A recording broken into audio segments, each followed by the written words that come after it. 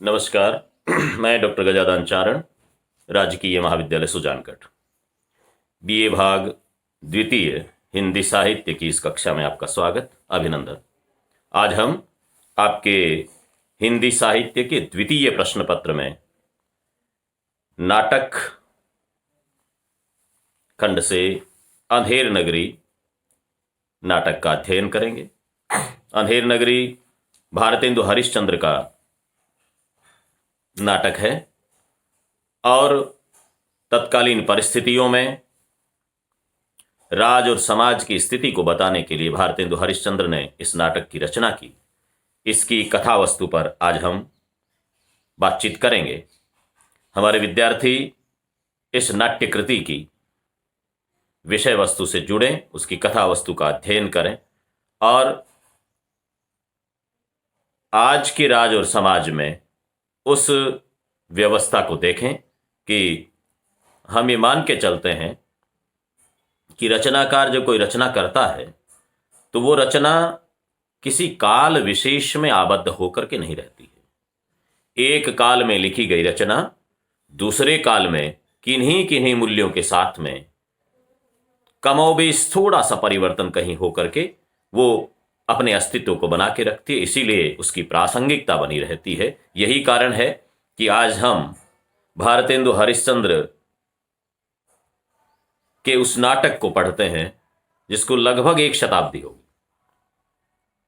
अंधेर नगरी, चौपट राजा, आपने सबने नाम सुना होगा, लेकिन ये कहानी, इस नाटक की कहानी क्या है, इसकी कथा वस्तु क्या है, कथानक क्या है, उसको लेकर के हम बात करते हैं। इस नाटक की विशेषताओं को, तात्विक विवेचना को, इसमें बनने वाले प्रश्नों की, इनकी बात हम दूसरी कक्षा में करेंगे। आज की कक्षा में अंधेर नगरी की कथा वस्तु की बात करते हैं। कथा वस्तु माने कहानी, इसकी कथा क्या है, कथानक क्या है। शुरुआत होती है अंधेर नगरी, ये 6 दृश्य में पूर्ण होने वाला एक नाटक है।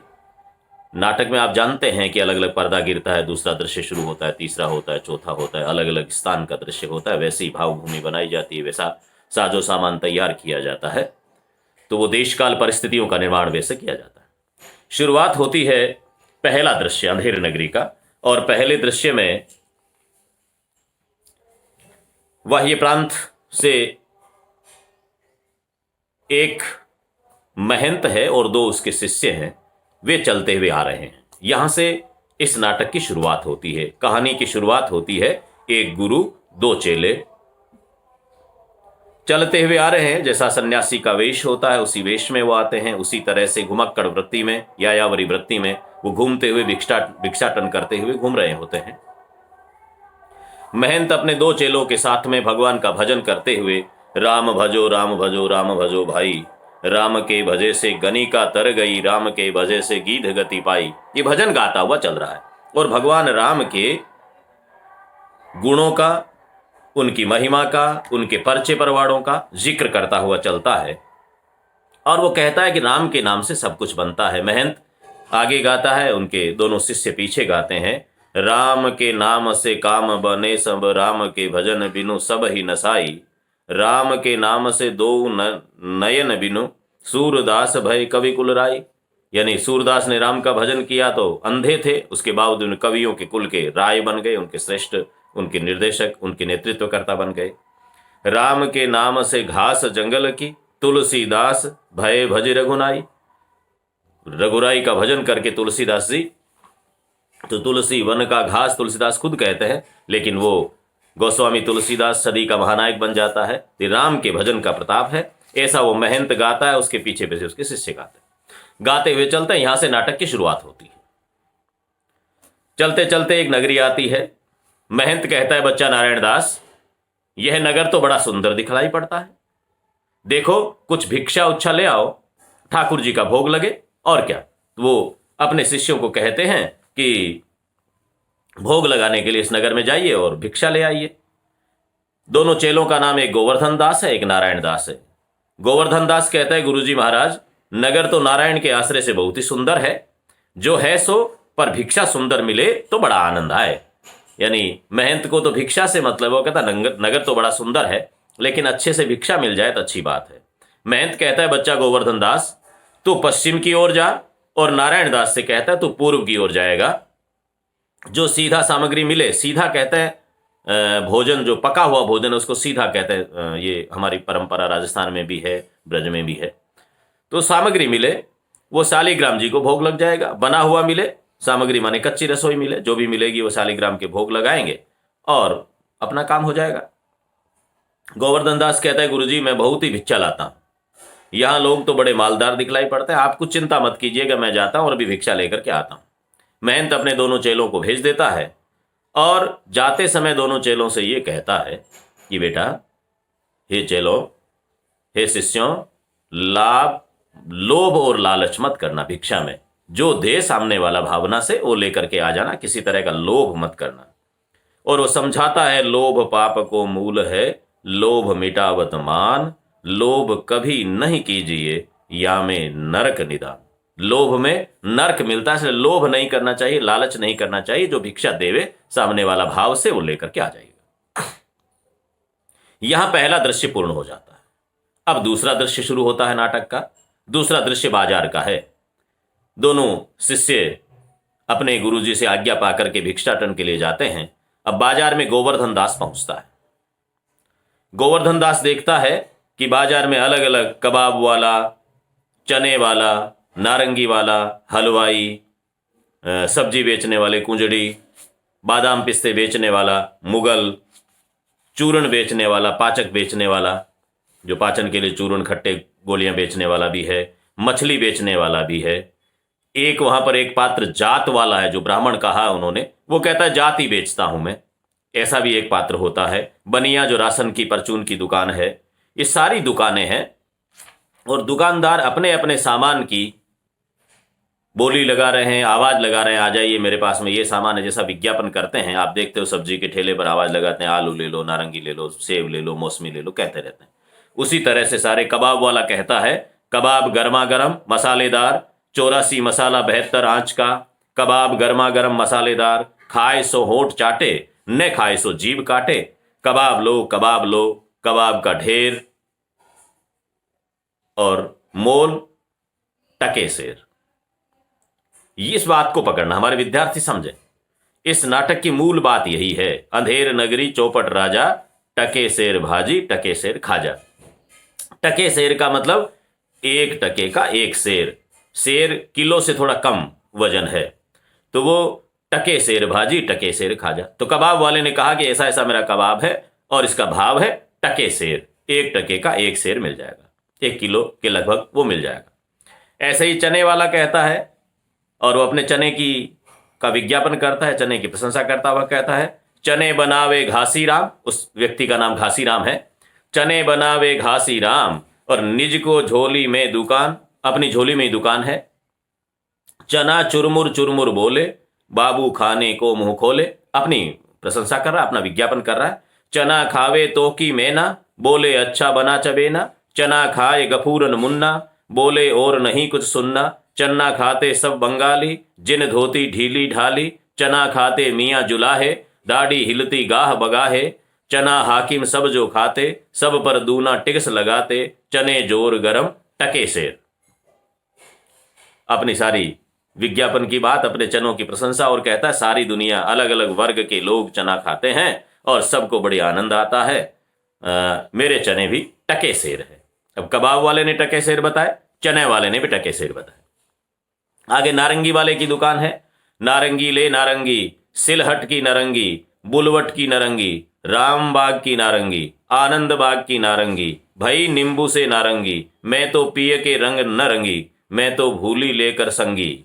नारंगी ले नारंगी, कबला नींबू, मीठा नींबू, रंग तरा संग तरा, दोनों हाथों लो, नहीं पीछे हाथ ही मलते रहोगे। नारंगी ले नारंगी, टके शेर नारंगी। नारंगी वाला भी अपनी नारंगी की विशेषताएं बताता है, विज्ञापन करता है, और टके शेर नारंगी का कह करके ग्राहक को लुभाता है, आग्रह करता है। आगे हलवाई की दुकान है। हलवाई अपने मिठाइयों की प्रशंसा करता है। जलेबियां गर्मा गर्म, ले सेब इमरती लड्डू, गुलाब जामुन खुरमा, बूंदिया बर्फी, समोसा पेड़ा कचौड़ी, दाल मोट पकौड़ी, घेवर गुपचुप। हलवा हलवा ले हलवा, मोहन भोग, मोयनदार कचौड़ी, कचा का हलवा, नरम चबा का, घी में, नरम चीनी में, तरातर चाशनी में चमाचम ऐसा हलवा, ले भूरे का लड्डू, जो खाए सो भी पछताए, जो न खाए सो भी पछताए।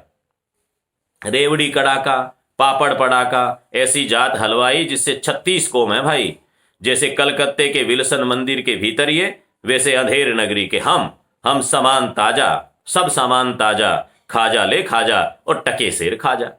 अभी हलवाई ने सारी मिठाइयों का जिक्र कर दिया और कहा टके सेर खाजा, ये सारी खाद्य सामग्री आपको टके सेर मिल जाएगी। कुजड़िन, सब्जी वाली, सब्जी बेचने वाली वो मालिन, वो क्या करती है, वो कहते ले धनिया मेथी, सब्जी वाले तो आवाज लगाते रहते हैं, ले धनिया मेथी, सोवा, पालक, 84, बथुआ, करेमू, नोनिया, कुल्फा, कसारी, चना, सरसों का साग, मरसा ले मरसा, ले बेंगिन, लोवा, कोहड़ा, आलू, अरुई, बंडा, नेनुआ, सूरम, राम तरोई, तोरई, मुरई, ले आदि मिर्चा, लहसुन, प्याज, टिकोरा, ले फालसा, खिरनी, आम, अमरूद, नीबुआ, मटर, हो रहा, जैसे काजी वैसे पाजी, रैयत राजी, टके सेर भाजी, ले हिंदुस्तान का मेवा, फूट और बेर। अब वो बीच बीच में ये भी भारतेंदु हरिश्चंद्र की अपनी शैली है। सब्जी वाली सब्जी बेचते बेचते कहती है कि हिंदुस्तान का मेवा क्या है, फूट और बेर। आपस में लड़ने वाले ये बेर और फूट ये भी बेचती हूं मैं, ले जाओ टके सेर ले जाओ, टके सेर ले जाओ। और वो अपनी सब्जी का पूरा विज्ञापन करते हुए कहती है टके सेर में सारी सब्जियां देती। आगे एक मुगल है।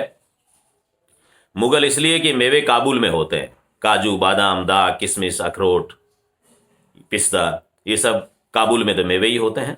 तो ये बेचने वाला मुगल है और वो अपना कैसे विज्ञापन करता है, बादाम, पिस्ते, अखरोट, अनार, बिहीदाना, मुनक्का, किशमिश, अंजीर, आबजोश, आलू बोखरा, चिलगोजा, सेव, नाशपाती, बिही, सरदा, अंगूर का पिटारी, नाम लेते लेते कहता है हमारा ऐसा मुल्क जिसमें अंग्रेज का भी दांत खट्टा हो गया, नाहक को रुपया खराब किया, हिंदुस्तान का आदमी लख लख, हमारे यहाँ का आदमी बुम्बुक बुम्बुक, लो सब मेवा, टके सेर मेवा, टके सेर मेवा, टके सेर मेवा।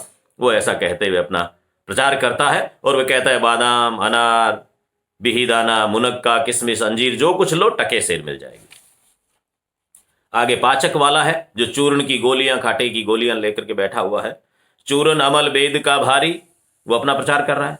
चूरन अमल वेद का भारी, जिसको खाते कृष्ण मुरारी, मेरा पाचक है पचलोना, जिसको खाता श्याम सलोना, चूरन बना मसालेदार, जिसमें कट्टे की बहार, मेरा चूरन जो कोई खा, मुझको छोड़ कहीं नहीं जाए। हिंदू चूरन इसका नाम, विलायत पूरन इसका काम, चूरन जब से हिंद में आया, इसका धन बल सभी घटाया। ये चूरन आया है, कैसा चूरन है? चूरन ऐसा हट्टा कट्टा, कीना दांत सभी का खट्टा, चूरन चला डाल की मंडी, इसको खाएंगी सब रंडी, चूरन अमले सबको खावें, दूनी रिश्वत तुरंत पचावें, चूरन नाटक वाले खाते, इसकी नकल पचा कर लाते, चूरन सभी महाजन खाते, जिससे जमा हजम कर जाते, चूरन खाते लाला लोग, जिसकी अकल अजीरन रोग, चूरन खावे एडिटर जात, जिनके पेट पचे नहीं बात, और चूरन साहिब लोग जो खाता, सारा हिंद हजम कर जाता, चूरन पुलिस वाले खाते, सब कानून हजम कर जाते, ले चूरन का ढेर, बेचा टक्के सेर। चूरन वाले ने भी व्यंग्य करते हुए पूरा हरिश्चंद्र हर एक पे व्यंग्य। पुलिस वाले इस चूरन को खाकर के कानून को हजम कर जाते हैं, वकील साहब इस चूरन को खाते हैं तो सामने वाले को सारा लूट जाते हैं, मुवक्किल की स्थिति खराब कर देते हैं। चूरन जो अधिकारी खाते हैं तो रिश्वत लेकर के पचा जाते हैं, महाजन खाते हैं तो हराम को हजम कर जाते हैं। ऐसा ऐसा करके पूरा चूरन वाला अपना प्रचार करता है और प्रचार के साथ में अंत में कहता है कि ले चूरन का ढेर, बेचा टक्के सेर, टके सेर में मेरा चूरन है। आगे मछली वाले की दुकान है। मछली ले मछली, मछलियां 1 टके के बिकाए, लाख टका के वाला जोबन गाहक सब ललचाए, और नेन मछरिया रूप जाल में देखत ही फंस जाए, बिन पानी मछली सो बिरहिया, मिले बिना अकुलाए, मछरिया 1 टके में बिकाए, मछुरिया 1 टके में बिकाए। ये टके सेर में मछली तैयार है, वो अपना प्रचार करता है। आगे जात वाला ब्राह्मण, जात ले जात। अब देखो पहली बार ऐसा पात्र आपने देखा होगा, सुना होगा। जात ले जात, टके से जात, 1 टका दो, हम अभी अपनी जात बेचते हैं। टके के वास्ते ब्राह्मण से धोबी हो जाएं, धोबी को ब्राह्मण कर दें, टके के वास्ते जैसी कहो वैसी व्यवस्था दें, टके के वास्ते झूठ को सच करें, टके के वास्ते ब्राह्मण से मुसलमान, टके के वास्ते हिंदू से क्रिस्तान, टके के वास्ते धर्म और प्रतिष्ठा दोनों बेचें, टके के वास्ते झूठी गवाही दें, टके के वास्ते पाप को पुण्य माने, टके के वास्ते नीच को भी पितामह बना दें, वेद धर्म कुल मर्यादा सच्चाई बड़ाई सब टके से लुटाई दिया अनमोल माल ले टके से। ये उस समय के राज और समाज की व्यवस्था को रचनाकार चित्रित करता है। और जाति बेचने के नाम पर के रुपया, टका माने रुपया का प्रतिनिधित्व है, धन माया, और इस माया के लोभ में व्यक्ति क्या क्या अनाचार नहीं करता है उस सब का जिक्र है। और वो जात वाला कहता है कि टके शेर में ये जाति ले लीजिए, टके में मुसलमान बना दो, टके में हिंदू बना दो, टके में कुछ करा दो, सारा कुछ का। आगे बनिए की दुकान है, आटा दाल लकड़ी नमक घी चीनी मसाला चावल सब एक टके का एक शेर। अब ये सारी दुकानों पर घूमते घामते गोवर्धन दास देखता है और फिर बड़ा आश्चर्यचकित होता है कि क्या बात है, टके शेर में सारी चीजें मिलती है। तो उसको तो कुछ खाने पीने का सामान चाहिए था, तो सीधे सीधे बनिए की दुकान पे पहुंचता है और अपने मन की शंका को निवारण करना चाहता है। बनिए के वहां जाकर के सारे बेचने वालों की आवाज उसने सुनी, आश्चर्यचकित रह गया। सभी चीज, बादाम भी टके शेर में, सब्जी भी टके शेर में, ऐसा क्या शहर है, ऐसा क्या नगर है। बनिए की दुकान पे गोवर्धन दास उससे पूछता है, क्यों भाई बनिए, आटा कितने का शेर, आटा कैसे दे रहे हो। बनिया कहता टके शेर, और चावल वो भी टके शेर, चीनी वो भी टके शेर, घी वो भी टके शेर, सब टके शेर, सचमुच। गोवर्धन दास पूछता, सच में, तुम मेरे साथ मजाक तो नहीं कर रहे हो। बनिया कहता है, हाँ महाराज, मैं झूठ क्यों बोलूंगा। गोवर्धन दास सोचता है, अच्छा। फिर वो कुंजड़िन के पास जाता है, सब्जी वाली के पास में जाके पूछता है, क्यों भाई भाजी क्या भाव है। कुंजड़िन कहते, बाबा जी टके शेर, नींबुआ मुरई धनिया मिर्चा साग सब टके शेर, आप ले लीजिए जो मर्जी है। गोवर्धन दास कहता है, सब भाजी टके शेर, वाह वाह, बड़ा आनंद है, यहां सभी चीजें टके शेर। फिर हलवाई के पास जाता है, क्यों भाई हलवाई, मिठाई कितने शेर। हलवाई कहता है, बाबा जी लडुआ हलवा जलेबी गुलाब जामुन खाजा सब टके शेर है, जो आपको लेना है ले लीजिएगा। गोवर्धन दास कहता, वाह वाह, बड़ा आनंद है, क्यों बच्चा मुझसे मस्करी तो नहीं करता, सचमुच सब टके शेर है। हलवाई कहता, हाँ बाबा जी, सचमुच सब टके शेर, इस नगरी की चाल ही यही है, यहां सब चीज टके शेर बिकती है। गोवर्धन दास, क्यों बच्चा, इस नगरी का नाम क्या है, सब टके शेर बिकती है, ऐसी नगरी, इसका क्या नाम है। हलवाई कहता, अंधेर नगरी नाम है। अच्छा, और इसकी राजा का क्या नाम है, गोवर्धन दास पूछता है। हलवाई कहता है, चौपट राजा, नगरी का नाम अंधेर नगरी है, राजा चौपट है।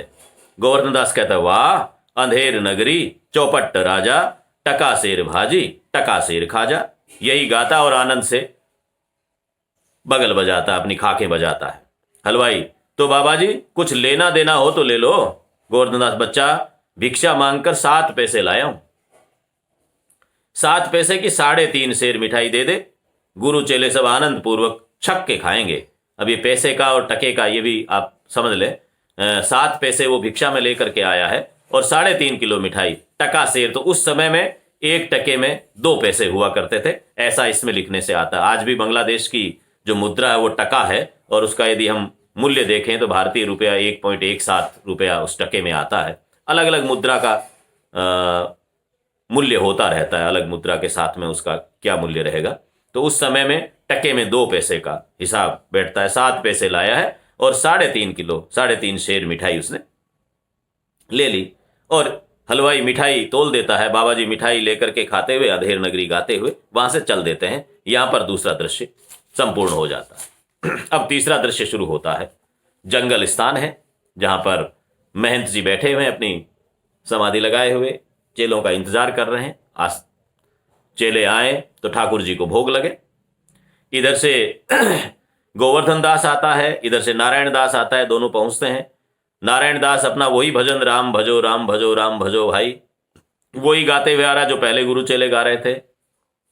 गोवर्धन दास अंधेर नगरी वाला गाना गाते आ रहे हैं, अंधेर नगरी चौपट राजा, टके शेर भाजी टके शेर खाजा, ये गाता हुआ आ रहा है। दोनों के गाने में फर्क है। महंत कहता है, अच्छा गोवर्धन दास, यह क्या भिक्षा लाया, गठरी तो भारी मालूम पड़ती है, क्योंकि 3.5 किलो वजन लेके आया। तो नारायण दास बेचारा छोटा मोटा जो कुछ मिला वो लेकर के आ गया। गोवर्धन दास कहता है, बाबा जी महाराज बड़े माल लाया हूं, 3.5 सेर मिठाई लाया हूं, छक के खाएंगे सारे। महंत, अच्छा देखूं बच्चा। मिठाई की झोली अपने सामने रखकर खोल कर देखता है। वाह वाह बच्चा, इतनी मिठाई कहां से लाया, किस धर्मात्मा ने भेंट किया। गोवर्धन दास कहता है, गुरुजी महाराज 7 पैसे भिक्षा में मिले थे, उसी से इतनी मिठाई मोल ली। महंत, बच्चा नारायण दास ने मुझसे कहा था कि यहां सब चीज टके सेर मिलती है, तो मैंने इसकी बात का विश्वास नहीं किया। नारायण दास ने गुरुजी से कह दिया कि यहां तो सारी चीजें टके सेर मिलती है। गोवर्धन दास की मिठाई को देख के महंत जी कहते हैं कि मैंने नारायण दास की बात का तो विश्वास नहीं कहता। यह कौन सी नगरी है, इसका राजा कौन है, जहां टके सेर भाजी और टके सेर खाजा मिलता है। गोवर्धन दास कहता है, अंधेर नगरी, चौपट राजा, टके सेर भाजी टके सेर खाजा। महंत कहता है, तो बच्चा ऐसे नगरे में रहना उचित नहीं है, जिसका राजा इतना अंधा हो, इतना चौपट हो, जिसकी बुद्धि विवेक कुछ है ही नहीं, सारी चीजें जिसको पता ही नहीं है किसका मूल्य क्या होना चाहिए, सबको एक जैसा घोड़े गधे बराबर है, वहां पर रहना नहीं चाहिए। ऐसी नगरी में रहना नहीं चाहिए जहां टके सेर भाजी और टके सेर खाजा हो, वहां पर अच्छे लोगों को रहना नहीं चाहिए। इसको गुण दोष का पता ही नहीं है, ऐसे राजा के यहां रहना नहीं चाहिए। और गुरु अपने दोनों शिष्यों को उपदेश देता है, कहता है कि सेत सेत सब एक से जहां कपूर कपास, ऐसे देश कुदेश में कबहू न कीजिए वास। जिस देश में श्वेत श्वेत सारी चीजें एक जैसी हो, भले वो कपूर हो भले कपास हो, दोनों को एक जैसा माना जाए, ऐसे कुदेश में, वो अच्छा देश नहीं है, उस देश में कभी रहना नहीं चाहिए। अपने शिष्यों को उपदेश देता है, प्रबोधता है। फिर कहता है, कोकिल बायस एक सम पंडित मूर्ख एक, इंद्रायन दाड़म विषय जहान नेक विवेक। जिस नगर में कोयल और कौवा, कोयल बायस एक सम, बायस कौवे को कहते हैं, जहां कोयल और कौवा एक जैसे, पंडित और मूर्ख समान माने जाए, इंद्रायन और दाड़म को समान माना जाए, वहां पर विवेक शून्यता की स्थिति होती है।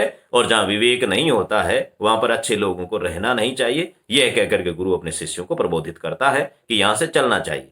फिर कहता है गुरु, एक उदाहरण और देता है, कहता है कि बस ये ऐसे देश नहीं, अंतिम रूप से निर्णय सुनाता है, ऐसे देश में रहना नहीं चाहिए। बस ये ऐसे देश नहीं, कनक वृष्टि जो हो, भले वह सोने की बरसात होती हो, स्वर्ण वर्षा हो रही हो, धन रुपए माल खजाना खूब मिल रहा हो आपको, लेकिन ऐसे अविवेकी देश में कभी व्यक्ति को रहना नहीं चाहिए।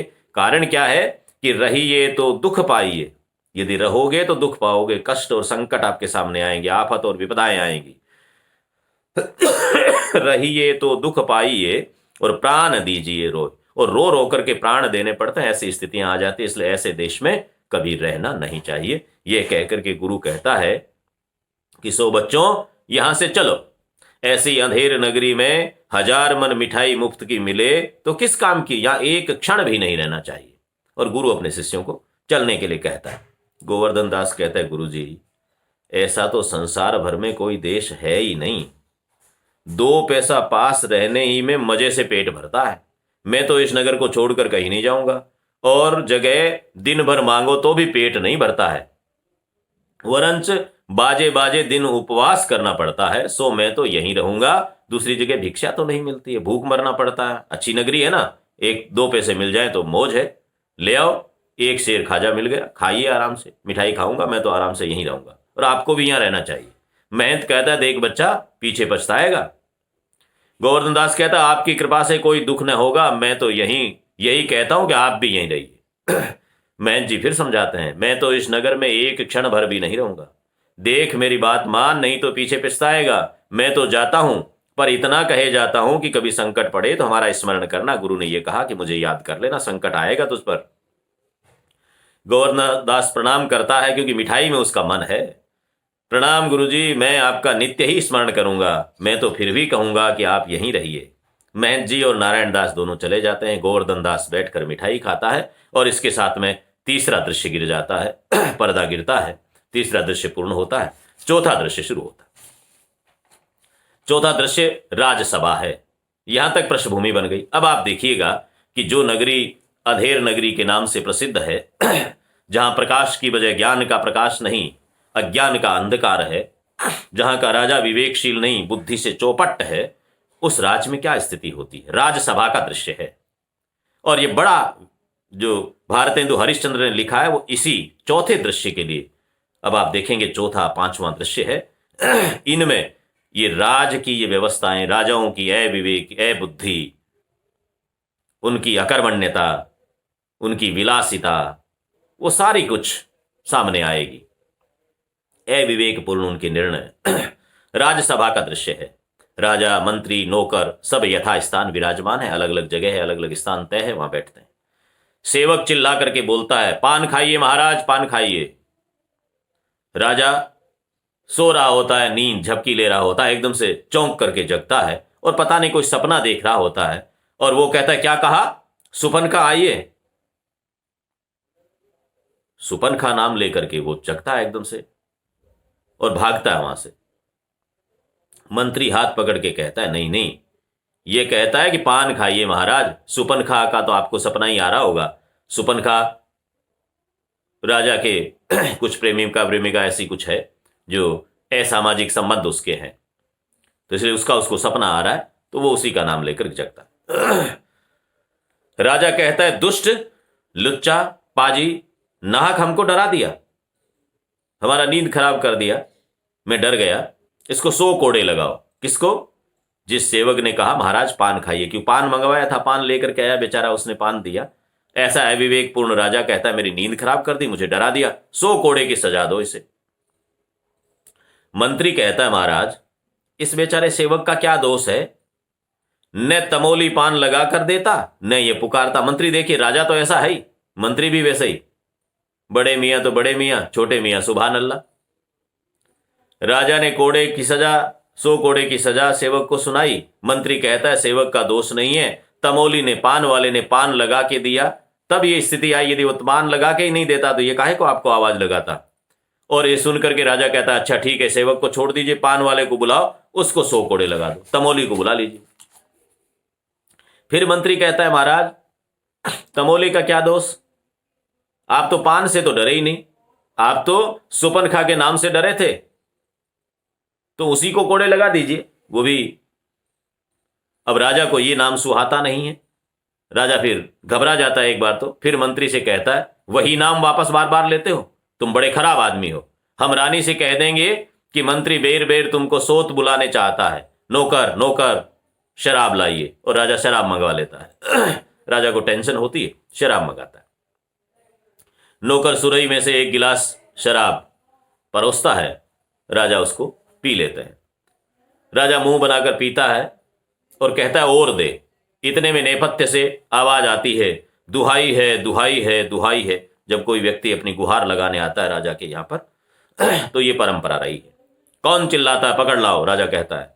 2 नौकर एक फरियादी को पकड़ करके लाते हैं। फरियादी आता है, जो पीड़ित होता है वो न्याय मांगने के लिए राज दरबार में उपस्थित होता है। फरियादी कहता है, दुहाई हो महाराज, दुहाई, हमारा न्याय हो, मुझे न्याय दिया जाए। राजा कहता है, चुप रहो, तुम्हारा न्याय यहां ऐसा होगा कि जैसा जम के यहां भी नहीं होगा। बोलो क्या हुआ? यमराज के यहां भी न्याय नहीं होता, वैसा न्याय मैं करूंगा। बोल, तुम्हारी समस्या क्या है, क्या हुआ तुम्हारे साथ? फरियादी कहता है, महाराज कल्लू बनिया की दीवार गिर पड़ी, सो मेरी बकरी उसके नीचे दब गई। दुहाई हो महाराज, न्याय हो, मुझे न्याय दो। और वो ग्रामीण है, इसलिए भारतेंदु हरिश्चंद्र ने उन्हीं की भाषा में तो वो न्याय को न्याव कहता है, मुझे न्याव दो। राजा नौकर से कहता है, कल्लू बनिया की दीवार को भी पकड़ लाओ। अब देखिए अविवेकशील राजा, दीवार गिरी तो बकरी मरी। किसकी दीवार गिरी? कि कल्लू बनिया की गिरी। वो कहता है, दीवार को पकड़ करके लाओ, गिरी तब बकरी मर गई ना। मंत्री कहता है, महाराज दीवार नहीं लाई जा सकती। राजा, अच्छा, उसका कोई भाई, लड़का, दोस्त, आशना जो हो उसको पकड़ लाओ, रिश्तेदारों को पकड़ के लाओ, पुलिस भी ऐसा ही करती है ना। तो राजा कहता है, दीवार के कोई रिश्तेदार होंगे, उनको पकड़ लाओ। मंत्री कहता है, महाराज दीवार ईंट चूने की होती है, उसके भाई बेटे कोई नहीं होते हैं। राजा कहता है, अच्छा, तो फिर कल्लू बनिया को पकड़ लाओ, उसकी थी ना दीवार। नौकर लोग दौड़ कर जाते हैं, कल्लू बनिया को पकड़ कर ले आते हैं। क्यों बेबनिए? राजा कहता है, क्यों बेबनिए? इसकी लड़की नहीं बरकी क्यों दबकर मर गई? अब वो भूल गया बकरी। राजा शराब पिया हुआ है तो बकरी तो भूल जाता है, कहता है इसकी बरकी, इसकी लड़की, कुछ भी नाम ले लेता है। वो मर गई, क्यों मरी? मंत्री कहता है, बरकी नहीं महाराज, बकरी, बकरी मर गई इसकी। हाँ हाँ बकरी, क्यों मर गई बोल। नहीं, अभी फांसी देता हूं। बनिया कहता है जब फटाफट बता, नहीं तो फांसी दूंगा तुझे। कल्लू कहता है महाराज मेरा कोई दोष नहीं है, कारीगर ने दीवार ऐसी बनाई कि वो गिर गई, तो फिर बकरी मर गई, तो मेरा तो कोई दोष नहीं, मैंने तो कारीगर को पैसे दिए। राजा कहता है अच्छा कारीगर को बुला के लाओ। राजा कहता है अच्छा उस मुल्लू को छोड़ दो, कारीगर को पकड़ लाओ। कल्लू जाता है, लोग कारीगर को पकड़ लाते हैं। क्यों बे कारीगर, इसकी बकरी किस तरह मर गई।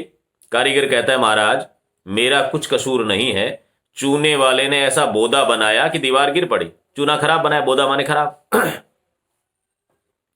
राजा कहता है अच्छा इस कारीगर को बुलाओ। नहीं नहीं निकालो, उस चूने वाले को बुलाओ।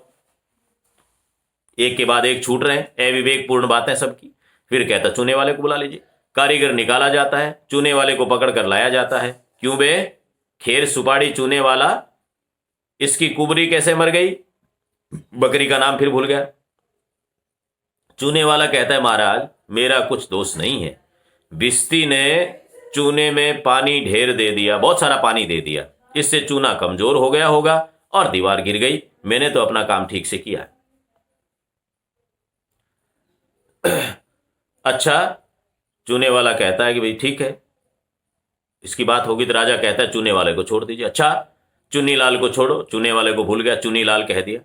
चुन्नी लाल को निकालो, भिस्ती को पकड़ो। चूने वाला निकाला जाता है, भिस्ती को लाया जाता है। क्यों बे भिस्ती, गंगा जमुना की किस्ती, इतना पानी क्यों दिया कि इसकी बकरी मर गई, दीवार दब गई। बकरी गिर गई, दीवार दब गई। लोगों ने कहा महाराज दीवार गिर गई तो बकरी दब गई, चलो कोई बात नहीं। भिस्ती कहता है महाराज गुलाम का कोई कसूर नहीं, कसाई ने मशक इतनी बड़ी बना दी कि उसमें पानी ज्यादा आ गया। मशक कहते हैं जो पानी लाने के लिए चमड़े का पात्र होता है। भिस्ती तो पानी लाता है बेचारा, उसने कहा कि मैं तो पानी लाता हूं, अब मशक ही इतनी बड़ी थी तो खाली काय को लाता, भर के लाया तो पानी ज्यादा हो गया।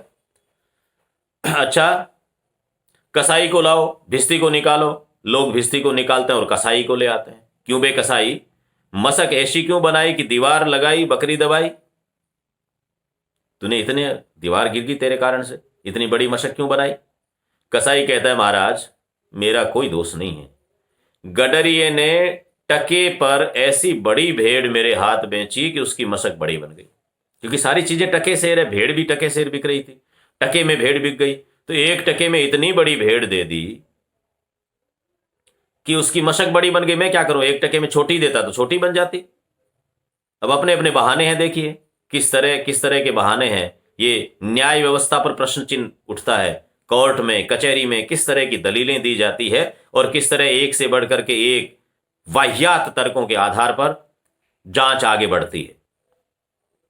राजा कहता अच्छा कसाई को ले जाओ, गडरिये को लाओ।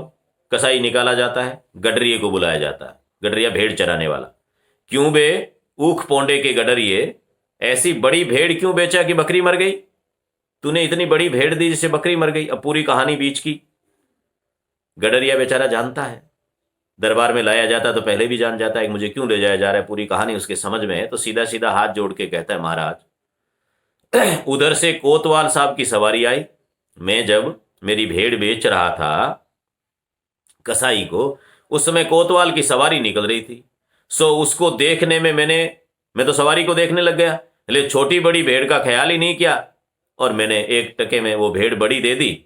तो मेरा कोई कसूर नहीं है। कोतवाल साहब की सवारी यदि नहीं निकल रही होती तो मैं बड़े ध्यान से एक टके में छोटी भेड़ देता, बड़ी नहीं देता, तो मशक बड़ी नहीं बनती, तो फिर आगे की समस्या नहीं होती, आज बकरी मरने की नौबत ही नहीं आती, दीवार गिरती ही नहीं। राजा गडरिये की बात को मान लेता, हाँ गडरिये को निकाला जाए। अच्छा कोतवाल को सरब मुहर पकड़ लाओ, पकड़ के लाओ कोतवाल। अब कोतवाल पकड़ा जाता है। क्यों बे कोतवाल, मैंने सवारी ऐसी धूम से, तूने सवारी ऐसी धूम से क्यों निकाली कि गडरिये ने घबरा कर बड़ी भेड़ बेचा जिससे बकरी गिर गई, कल्लू बनिया दब गया। लोग कहते हैं महाराज कल्लू बनिया की दीवार गिरी जिससे बकरी दब गई।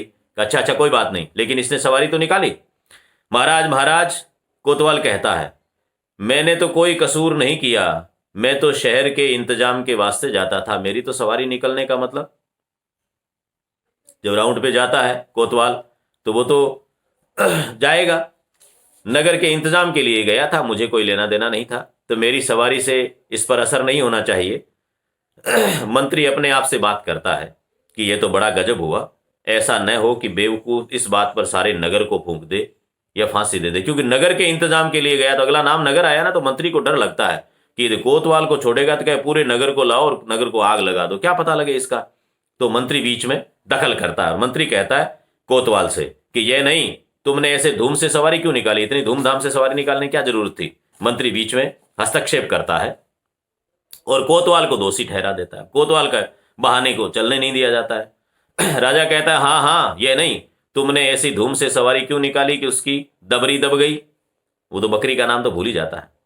कोतवाल कहता है महाराज महाराज, लेकिन उसकी कोई बात सुनाई नहीं देती है। राजा कहता है कुछ नहीं, ले जाओ इसको और कोतवाल को फांसी दो। दरबार बर्खास्त होता है, लोग एक तरफ से कोतवाल को पकड़ कर ले जाते हैं, दूसरी ओर मंत्री और राजा जाते हैं। यहां पर्दा गिर जाता है। अब पांचवां दृश्य शुरू होता है। अविवेक का ऐसा अंधा नाच आप देखिएगा। कोतवाल को फांसी की सजा होगी। किसकी दीवार गिरी, किसकी बकरी मरी, कैसी फरियाद थी और किस किस को आना पड़ा, ये न्याय की जांच हुई और इसके बाद में ऐसा निर्णय आया।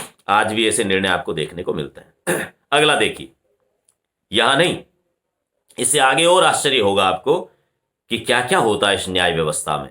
भारतेंदु हरिश्चंद्र जैसा बुद्धिमान व्यक्ति समय की नब्ज को टटोल करके लिखता है।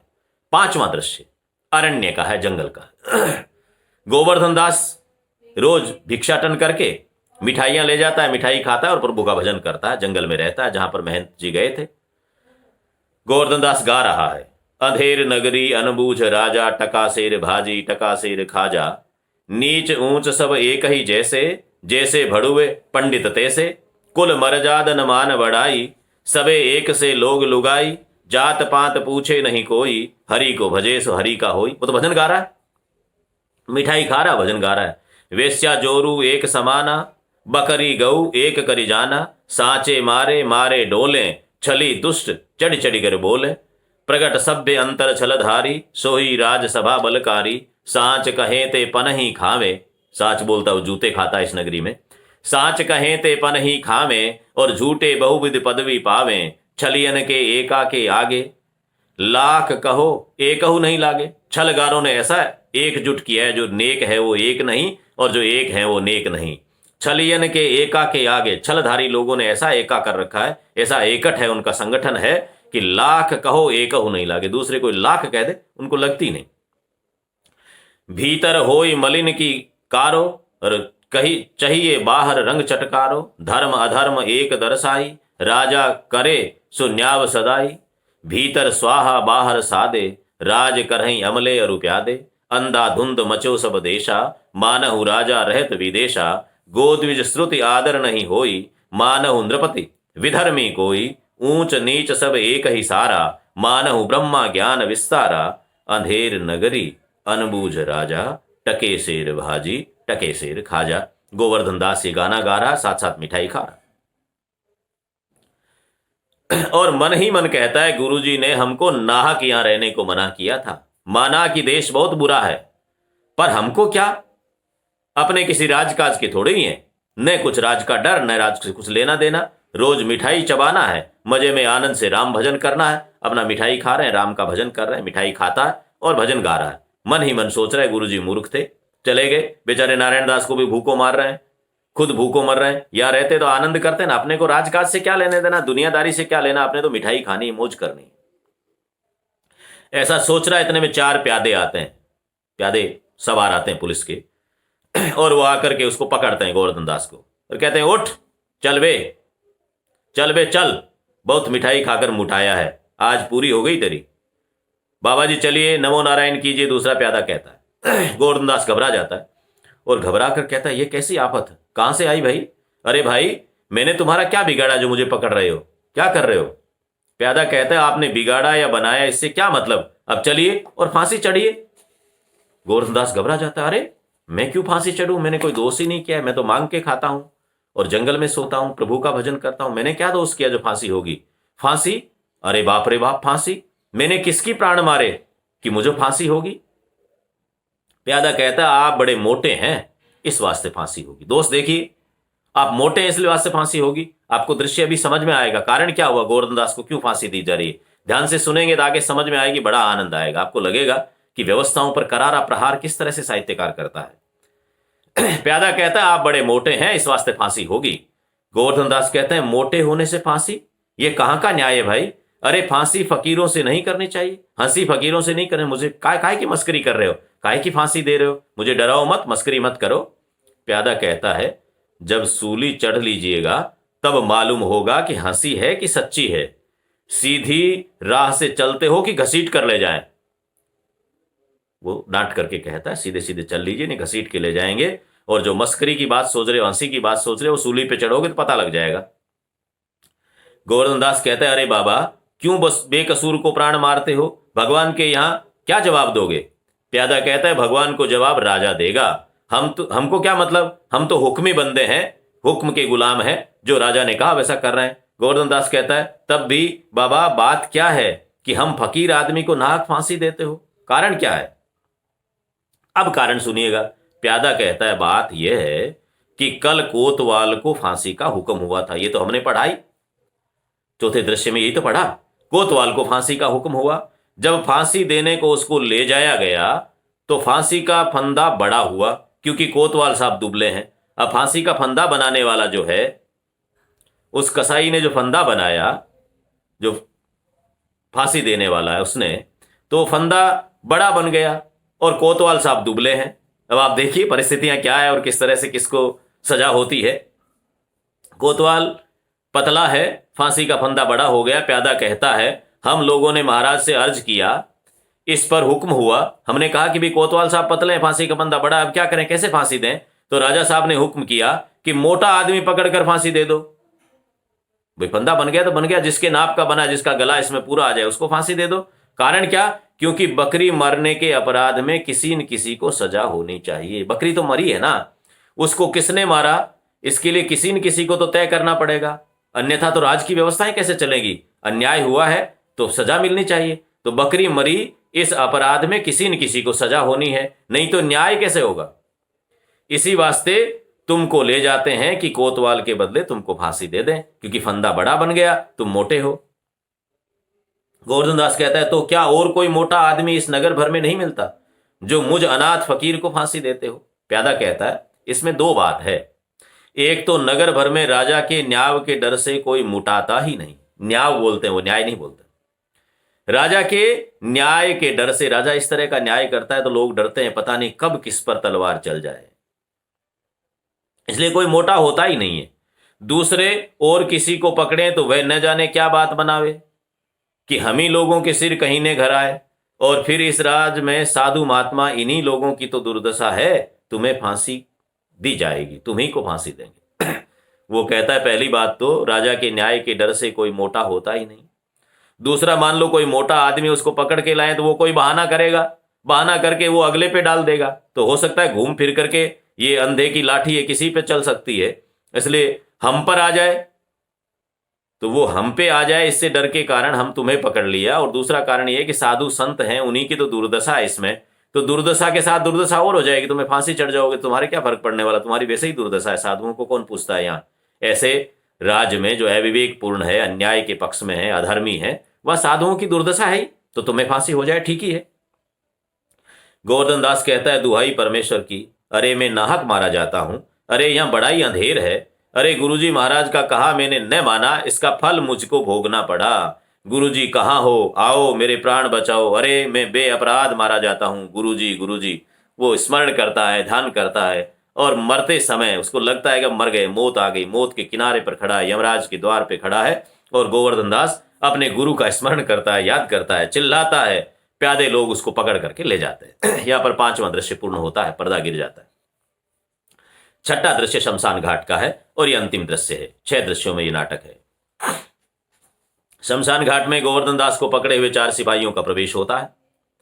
गोवर्धन दास कर रहा है, अरे बाप रे, हाय बाप रे, मुझे बेकसूर ही फांसी देते हैं, अरे भाइयों कुछ तो धर्म विचारो, अरे मुझ गरीब को फांसी देकर तुम लोगों को क्या लाभ होगा, अरे मुझे छोड़ दो, हाय हाय रोता है और छुड़ाने का यत्न करता है। सिपाही कहते हैं अबे चुप, राजा का हुक्म भला कहीं टलता है, यह तेरा आखिरी दम है, राम का नाम ले, बेफायदा क्यों शोर मचाता है, चुप रह। गोवर्धन दास, हाय, मैंने गुरुजी का कहना न माना, उसी का ये फल है। गुरुजी ने कहा था कि ऐसे नगर में न रहना चाहिए, ये मैंने न सुना। अरे इस नगरी का नाम ही अंधेर नगरी, राजा का नाम ही चौपट है, तब बचने की कौन आशा है। अरे इस नगर में ऐसा कोई धर्मात्मा नहीं है जो इस फकीर को बचावे। गुरुजी कहाँ हो, बचाओ, हे गुरुवर, हे गुरुजी मुझे बचाओ, रोता है। सिपाही लोग उसे घसीटते हुए ले जाते हैं। इस दौरान गुरुजी ने अपने चेले की आवाज को सुन लिया तो नारायण दास और गुरुजी प्रवेश करते हैं। शमशान घाट में सभी लोग हैं। गोवर्धन दास को फांसी के फंदे की तरफ ले जाया जा रहा है। इस दौरान महंत और नारायण दास उपस्थित होते हैं। गुरुजी कहते हैं, अरे बच्चा गोवर्धन दास, तेरी ये क्या दशा है। गोवर्धन दास रोता है, गुरु को हाथ जोड़कर कहता है, गुरुजी, दीवार के नीचे बकरी दब गई, सो इसके लिए मुझे फांसी देते हैं। गुरुजी मुझे बचाओ, मेरा कोई दोष नहीं है। गोवर्धन दास, मैंने आप गुरु कहता है, अरे बच्चा, मैंने तो पहले ही कहा था कि ऐसे नगर में रहना ठीक नहीं। तूने मेरा कहना नहीं सुना तो आज ये स्थिति होनी ही थी। गोवर्धन दास कहता है, मैंने आपका कहा नहीं माना, उसी का ये फल मिला। आपके सिवाय अब ऐसा कोई नहीं है जो रक्षा करे। मैं आप ही का हूं, आपके सिवा और कोई नहीं। पैर पकड़कर रोता है। महंत कहते हैं, कोई चिंता नहीं, नारायण सब समर्थ हैं। भौं चढ़ाकर सिपाहियों से महंत कहता है, सुनो, मुझको अपने शिष्य को अंतिम उपदेश देने दो। तुम लोग तनिक किनारे हो जाओ। देखो, मेरा कहना न मानोगे तो तुम्हारा भला न होगा। और गुरु कुछ सोच करके अपने शिष्य से बात कहना चाहता है और सबको कहता है, भी फांसी पे तो चढ़ ही रहा है, हर व्यक्ति की अंतिम इच्छा पूर्ण की जाती है, मैं अपने शिष्य को अंतिम उपदेश देना चाहता हूं। सिपाही, नहीं महाराज, हम लोग हट जाते हैं, आप बेशक उपदेश दीजिए। सिपाही सोचते हैं, पता नहीं संत है, क्या कहेगा क्या नहीं कहेगा, दे देगा अंतिम उपदेश, कौन सा छुड़ा के भागने वाला है, फांसी तो इसी को देनी है, कह लेगा। सिपाही हट जाते हैं। गुरुजी चेले के कान में कुछ कहते हैं, सुनिएगा कैसे न्याय बदलता, किस तरह के मूर्ख लोगों के निर्णय बदलते चलते हैं, कैसे अविवेक पर अविवेक हावी होता चलता है। और सठ सठेन समाचरेत, ये संस्कृति की उक्ति है, तो दुष्ट लोगों को दुष्टता से ही मारना होता है। गुरु वो सोच करके जाता है, गोवर्धन दास के पास में जाता है, तब तो गुरुजी हम अभी फांसी चढ़ेंगे। गोवर्धन दास के पास में गुरुजी जाते हैं, उसके कान में कुछ कहते हैं। सारे दूर हो गए, सिपाही हट जाते हैं। गुरुजी ने गोवर्धन दास के कान में कुछ कहा, उसको समझाया और एक योजना बनाई। और योजना बनाते ही गोवर्धन दास चिल्लाया, नहीं गुरुजी, मैं फांसी चढ़ूंगा, दूसरा कोई नहीं चढ़ सकता, तब तो मुझे ही फांसी चढ़ना है। गुरुजी कहता है, नहीं बेटा, मुझे चढ़ने दे, तू रहने दे, मैं ही फांसी चढ़ूंगा। अब गुरु चेले दोनों आपस में फांसी चढ़ने के लिए लड़ने लग गए। वो कहता है मैं फांसी चढ़ूंगा, वो कहता है मैं फांसी चढ़ूंगा।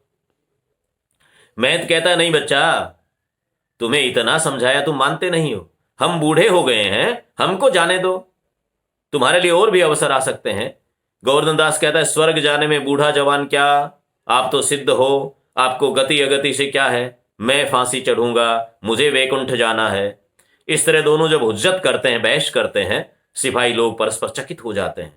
सिपाही कहता है, भाई माजरा क्या है, कुछ समझ में नहीं आया, फांसी चढ़ने से डरना चाहिए, ये तो दोनों फांसी चढ़ने के लिए लालायित हैं और एक दूसरे को रोकने को लगे हुए हैं। सिपाही कहता है, हम ही नहीं समझ सकते हैं कि ये कैसा गड़बड़ झाला है। राजा मंत्री कोतवाल सब आ जाते हैं। गुरु चेले दोनों को फांसी पर चढ़ने के लिए लालायित देख करके मंत्री, राजा कहता है, ये क्या गोलमाल है, समझाओ तो सही। सिपाही कहते हैं, महाराज, चेला कहता है कि मैं फांसी चढ़ूंगा, गुरु कहता है मैं चढ़ूंगा, कुछ मालूम नहीं पड़ता कि बात क्या है। राजा गुरु से कहता है, बाबा जी बोलो, काहे को आप फांसी चढ़ना चाहते हो, हम तो इसको फांसी दे रहे, फिर आपको क्या शौक आ गया फांसी चढ़ने का। महंत कहता है, राजा, इस समय ऐसा साइत है, साइत कहते हैं मुहूर्त को, शुभ मुहूर्त, इस समय ऐसा साइत है कि जो मरेगा वो सीधा वैकुंठ जाएगा, इसलिए मैं बूढ़ा व्यक्ति भगवान का भजन करता हूं, वैकुंठ जाने के लिए लालायित हूं, तो ये चेले को तो और टाइम मिल जाएगा, मुझे फांसी पर चढ़ना है, ये अवसर मुझे दिया जाए, मोटा तो मैं भी हुई, आपके फंदे के बराबर आ जाऊंगा, मुझे वैकुंठ जाने दिया जाए। मंत्री कहता, नहीं, वैकुंठ पे जाना है तब फिर फांसी मैं चढ़ूंगा। आप कौन होते हो, इस नगर में मंत्री का कद बड़ा होता है, इसलिए इन दोनों को छोड़ दो, फांसी पर मैं चढ़ूंगा। मंत्री तैयार हो जाता है, देखिए अविवेकशीलता। मंत्री कहता है मैं चढ़ूंगा, गोवर्धन दास कहता है नहीं, फांसी पर हम चढ़ेंगे, क्योंकि हमें पकड़ करके लाए, हुक्म हमें हुआ है, फंदा हमारे लिए बनाया गया है, इस फंदे पे पहला हक मेरा है और वैकुंठ पे भी पहला हक मेरा, मैं जाऊंगा। कोतवाल कहता है कि नहीं, फंदे पर हम लटकेंगे, क्योंकि दोस्त तो हमारा था, सवारी हमने निकाली थी, हमारे सबब तो दीवार गिरी है, मेरे कारण दीवार गिरी है। मैं यदि सवारी नहीं निकालता तो क्यों गडरिया बड़ी भेड़ देता, फिर क्यों आगे चल करके सारा कसा ईर भिजती, सब कुछ करते करते करते करते कल्लू मियाँ की दीवार बनती, तब तक ये सारी गड़बड़ झाला होता, इसलिए मुझे जाना है। अब सबको देखते हुए राजा फिर कहता, बोलता है कि सारे चुप रहो, नगर में सबसे बड़ा राजा होता है और सब लोग राजा के आछत, और कौन वैकुंठ जा सकता है? राजा जब ही जा सकता है ना, वैकुंठ में सबसे बड़ा धाम तो वही है। वैकुंठ जाने का यदि सबसे अधिक अधिकार किसी को, सबसे पहला अधिकार किसी को, तो राजा को। इस राजा कहता है हमको फांसी चढ़ाओ और जल्दी करो, कोई दूसरा बोलेगा नहीं, चुप हो जाओ सारे। राजा फांसी पे चढ़ने के लिए खुद ही आगे बढ़ता है। महंत कहता है कि जहान धर्म न बुद्धि नहीं, नीति न सुजान समाज, ते ऐसे ही आप ही नसे जैसे चौपट राज। जहां पर न धर्म है, न नीति है, न बुद्धि है, न सुजान समाज है, वहां पर चौपट राज की तरह लोग खुद ही मर जाते हैं। मौत ते ऐसे ही आप ही नसे, खुद ही खत्म हो जाते हैं। और इस तरह के नगर में तो बुद्धि से काम करना होता है, चातुर्य से काम करना होता है, दूर ही रहना अच्छा है। ये अंधेर नगरी चौपट राजा, ये पूरा उपन्यास हमने इसकी कथा वस्तु को पढ़ा, हमारे विद्यार्थियों को अच्छा लगा होगा। आप इसकी पीडीएफ को भी व्हाट्सएप ग्रुप पे हमने शेयर किया है, उसको भी पढ़िएगा। और इसके प्रश्नोत्तर पर, इसकी भाषा पर, इसके नाटकीय तत्वों पर, सब पर फिर हम चर्चा करेंगे। आज के लिए इतना ही। बहुत बहुत धन्यवाद।